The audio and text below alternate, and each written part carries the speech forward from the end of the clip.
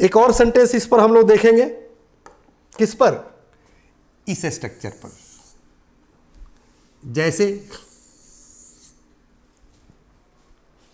कुछ सूझ रहा है सेंटेंस आप लोगों को, सबको? अगर सूझ रहा हो तो नोटबुक लीजिए और नोटबुक पर जो है क्या कीजिए, सेंटेंसेज इस तरह का लिखिए। पहले वाला टाइप भी लिखिए और सेकंड वाला टाइप भी लिखिए और दोनों को इंग्लिश में बोलने का प्रयास कीजिए, बनाने का प्रयास कीजिए, क्योंकि practice makes a man perfect. Okay, क्योंकि दोनों सेंटेंसेज में जमीन आसमान का अंतर है और जमीन आसमान का अंतर का इंग्लिश क्या होता है, आइए वो भी देख लेते हैं। जमीन आसमान का अंतर,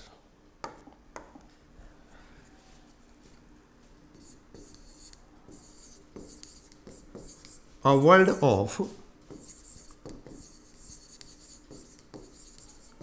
difference, इसी का मतलब होता है जमीन आसमान का अंतर। वैसे अलग अलग अगर वर्ड का अर्थ निकालिएगा तो बहुत जो है गड़बड़ हो जाएगा, क्योंकि वर्ड माने होता है दुनिया और डिफरेंस मतलब होता है अंतर, और ऑफ मतलब होता है का, और ए मतलब होता है एक। एक का मतलब कोई भी होता है, क्या चीज, कोई, जो हम लोग पिछले क्लासेज में पढ़ चुके हैं। अब ध्यान दीजिए, अ वर्ल्ड ऑफ डिफरेंस मतलब जमीन आसमान का फर्क या अंतर,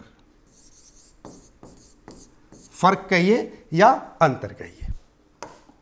अब आपको इंग्लिश में मान लो कि बोलना है कि आप में और मुझ में जमीन आसमान का अंतर है, हिंदुस्तान पाकिस्तान में जमीन आसमान का अंतर है, या आपको यही बोलना हो कि इस सेंटेंस में मेरा काम कर दो और मेरा काम करा दो।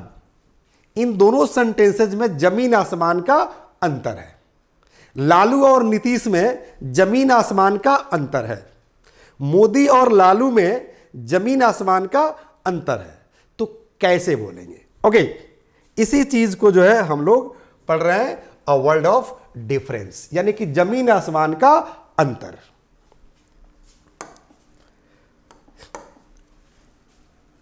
सेंटेंस देखिएगा, समझ में आने लगेगा।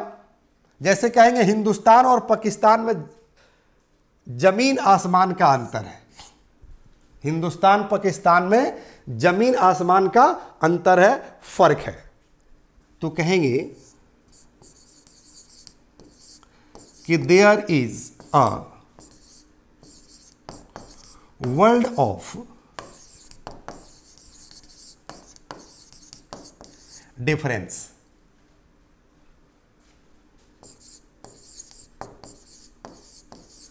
between India and Pakistan.